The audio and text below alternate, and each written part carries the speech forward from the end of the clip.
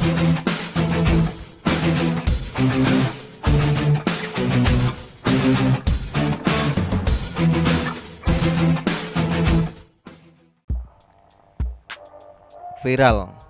pengemudi arogan dan dungu menganiaya warga yang motornya sudah ditabraknya. Arogansi itu adalah sifat kedunguan, apalagi melakukan kekerasan kepada orang yang lemah. Selain disebut kedunguan, orang yang melakukan kekerasan atau menganiaya pada orang yang lemah adalah pengecut. Pasalnya, ia berani melakukan pemukulan pada orang yang tak bisa melawan, tapi tak berani memukul orang yang bisa melawan, apalagi jago bela diri. Ya, itu tidak jauh beda dengan si Bahar yang berani karena punya massa. Tapi lihatlah, ketika ditantang oleh jaring misalnya, ataupun tentara yang pangkatnya tidak terlalu tinggi, si Bahar tidak menanggapi.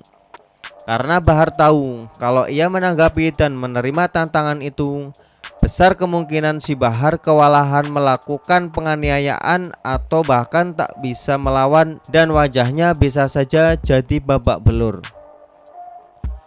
Orang-orang pengecut seperti si Bahar ini ternyata banyak ditemui dalam kehidupan masyarakat. Misalnya, seorang anak remaja yang begitu sok jagoan menganiaya orang tuanya yang sudah lemah, atau seorang oknum aparat yang kecerdasannya terganggu membanting orang yang lemah, atau seorang preman pasar yang sering memalak pedagang yang lemah. Dan juga pada dasarnya para kadrun pun melakukan hal yang sama, yaitu berani menekan orang-orang yang tidak disukainya ketika jumlah mereka banyak. Karena dengan jumlah yang banyak itu, para kadrun ini merasa paling kuat. Disitulah sebuah kecerdasan spiritual tak berfungsi, yang pada akhirnya hanya akan menyerupai perilaku binatang buas di jagat rimba. Hukum rimba yang berkuasa adalah kuat, seperti kejadian yang lagi viral saat ini dan dengan jelas terekam bisa disaksikan di media sosial. Kebetulan saya melihatnya di Twitter.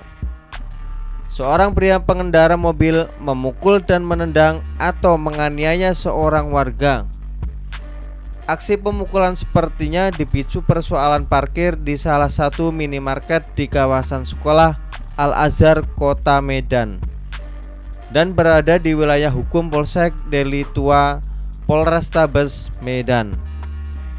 Motor seorang warga yang lebih dulu parkir di depan minimarket itu sudah tepat cara parkirnya, sudah dekat dengan pintu masuk minimarket. Namun begitu si pengendara mobil datang dan mau juga parkir, sebenarnya sudah cukup spek buat mobilnya. Tapi entah apakah si pengendara itu lagi mabuk atau memang sangat arogan sehingga menyenggol sepeda motor warga yang terparkir. Sepeda motor itu sempat bergoyang. Ketika warga si empunya sepeda motor itu mau beranjak dari tempat parkir, ia tampaknya kesulitan keluar dari tempat parkir itu. Pasalnya di sebelahnya ada juga motor yang lagi parkir, dan kebetulan si pengendara mobil itu masih berada di tempat parkir. Terdengar kabar bahwa pengendara motor itu meminta agar si pengendara mobil itu mundur agar motornya bisa keluar. Tapi bukannya mengabulkan permintaan itu, justru si pengendara mobil langsung melayangkan pukulan dan tendangan. Jelas sebuah komunikasi yang sangat buruk. Andai kata si pengendara motor itu adalah praktisi bela diri, bisa jadi ada perlawanan, dan si pengemudi mobil itu bisa jadi justru ia yang babak belur. Namun si pengendara motor tampaknya sangat bersabar. Entah apakah mereka sudah pernah saling kenal atau tidak. Tapi dari kabar yang beredar, si pengemudi mobil itu sudah diketahui identitasnya.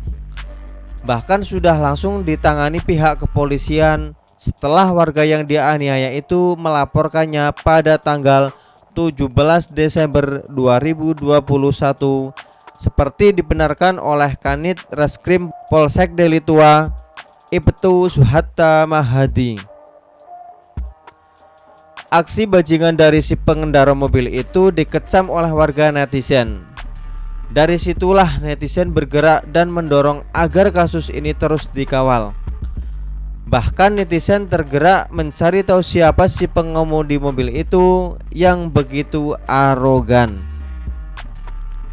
Dan temuan netizen pun mengungkapnya.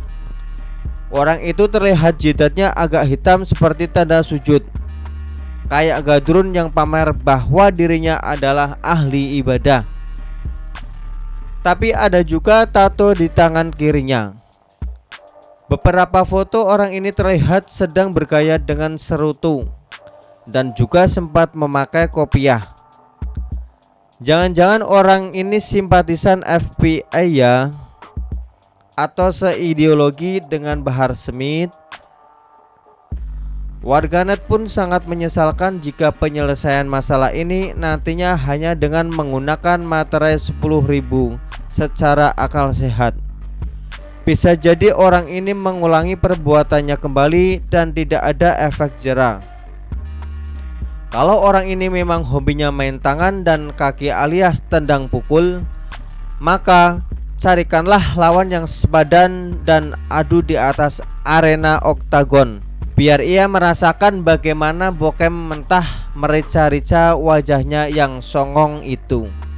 Biar dia merasakan bagaimana enaknya jika tendangan yang cepat dan penuh kekuatan menghantam wajahnya yang menyebalkan itu. Orang yang sering melakukan penganiayaan kepada orang lemah selain bajingan dan bangsat juga adalah orang yang tidak fair dalam kehidupan sehari-harinya. Orang ini bisa jadi penuh kecurangan atau munafik. Maka bayangkanlah, kalau orang-orang seperti ini mendapatkan kekuasaan yang lebih luas lagi, maka akan banyak yang tertindas. Menjadi manusia itu berarti melawan sifat kebinatangan atau mengontrolnya. Mulai dari cara menyalurkan hasrat libido dengan baik dan bijaksana, bukan seperti binatang yang melakukannya di sembarang tempat dan bahkan sembarang orang. Seperti si Heri Wirawan, si pemilik pesantren yang terkutuk dan laknat itu, yang telah melampiaskan syahwatnya dengan serampangan perbuatan yang lebih keji dari binatang. Orang-orang arogan sejatinya memang dungu, merasa dirinya superior sehingga merasa bisa berbuat semaunya.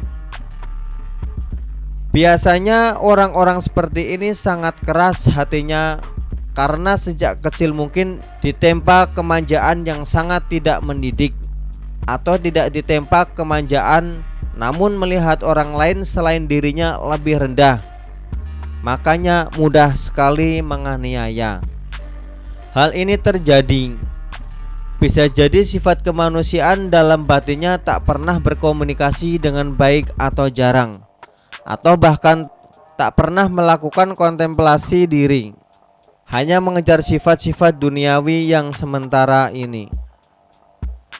Dari melihat tingkahnya itu, si pengendara mobil itu bangga dengan mobilnya.